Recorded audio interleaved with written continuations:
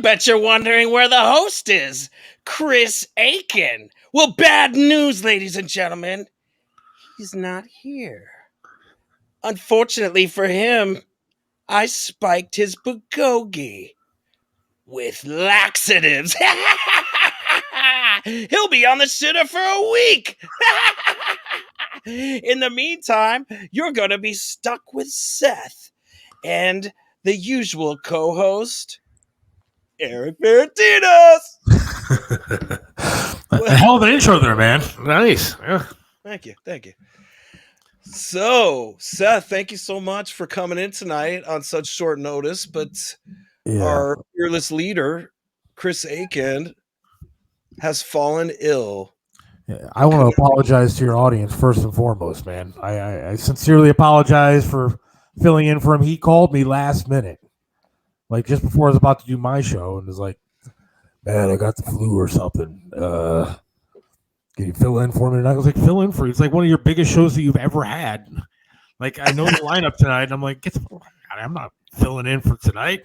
We have an incredible lineup tonight. This is a Monsters of Rock pre-party that we got going on today. But unfortunately, the ship's kind of sinking with Chris not being here. As you can see in the background, the USS Akin is taking on water.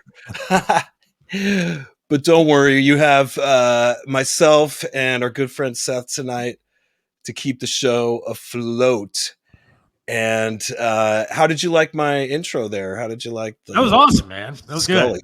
I don't know how your show works. I mean, you guys get like a lot of comments and all that kind of stuff. I mean, am I supposed to put those comments up? And yeah, you can throw comments up for now. Looks like normal. Hopes that Chris gets better and Scully lets him out of the basement or wherever he is.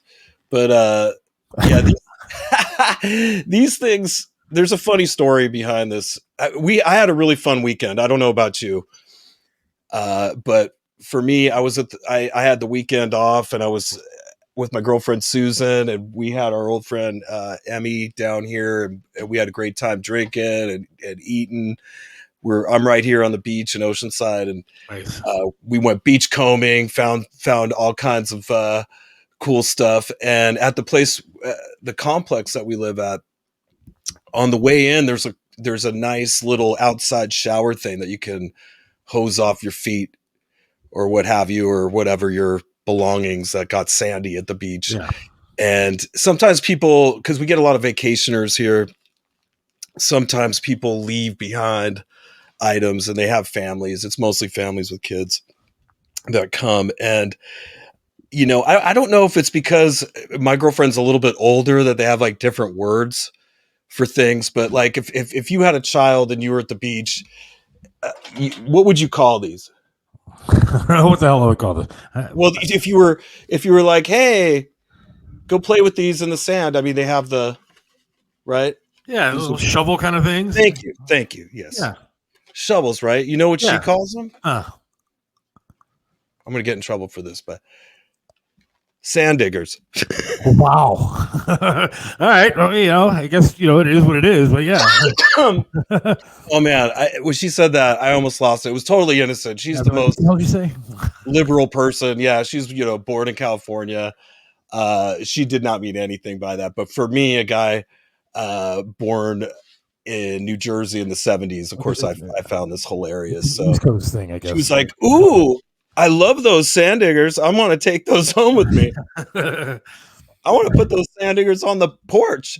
And I was like, whoa, you're going to get us kicked out of here. What are you talking like that for? So, no, it was just weird that she would call those sand diggers. Yeah, they're shovels, right? Who calls them that? She's so weird. I'm in Cleveland, Ohio. So, like, the closest we have to a beach is Lake Erie. And the only thing that, the sand is all right, but the only thing that washes up is the dead fucking fish and stuff like that. I mean, you got nothing up here. And so, yeah, there's not a whole lot of people digging in the sand here. I'm afraid of what you're going to find. We found cool stuff. California's had a crazy amount of rain going on. I saw that. Now, usually, like, they're always crying about a drought here so they could tax the shit out of us. Yeah. And Gavin Newsom, he'll never admit that the drought's been over for a while. They just kind of change how they word it. Yeah, they don't know what to do with the floodwater, though. It's like, the drought emergency's better than it's been, but they can't admit that it's been like raining for weeks here. It's crazy. We've had so many floods. The San Diego River has like overflowed, causing all these sewage spills. Like, since I've moved into this place 6 months ago, there's been 3 huge sewage spills due to bad pipes and, Tijuana and other problems. Just the overflow of water that's caused sewage releases here, where the beach has been closed. I mean, I see it ahead of time just because I live right here. I can just like look outside and all of a sudden the waves look like diarrhea, and it's like, uh-oh. And it's funny because they tell people for like 2 days. You'll see surfers there, family stuff. You're like, ooh. I don't go out there even when it looks clean, but I certainly ain't gonna really submerge myself. But with all the storms comes a lot of cool, sea treasures and stuff. And we find really awesome rocks and shells, and I get artsy and take pictures of them and put them on my Instagram and Facebook. And people that don't live at the beach, like yourself, can enjoy some of those cool finds that I walk out there for hours. But do you know what sea glass is?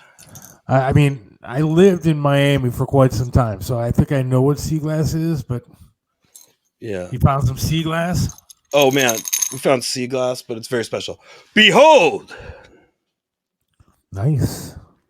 It's magical. It's actually pieces of the firmament. Do you know there that? you go. No, I don't know if that's true. You know how I know it was raining? I'm not weird or anything, man, but I have a fascination with Disney. Don't worry, I'm married to like a woman and I got kids and stuff like that. But I enjoy watching TikTok, and they have all these freaking guys out there that are like, 50 years old who do live TikTok videos of Disney. And so I'm watching TikTok of this dude walking around Disney. It's raining. He's getting on rides and shit. But that's how I knew it was raining back in California. Oh, because you saw a guy here in Anaheim that was he's riding on rides in the rain. We actually have Kip on the line already, man. He's here already? He's here already. I mean, do you want to take a quick break? If he wants to come and rock with us early, that's totally fine with us. Let me just tell you real quick before we take a quick break and we'll go to Kip. But okay, I am super nervous about having this guy on. Oh, don't be. No, because my wife, she's got a twin sister, right? Okay. Both of them are like 80s girls, man. They just love the 80s music. They love all this kind of stuff. And I'm pretty sure that they're watching tonight only because they've always had a thing for Kip Winger. He was a like, sex I can't live up. He is and was and is again and still is. He and Stephen Pearcy, they have a lot in common besides being singers of 80s bands. Both of these guys were in Playgirl magazine. I'm sure that my wife had the issue. Yeah. All right, let's take a quick break and then we'll get to Kip Winger, all right? Sounds good. All right, hang on.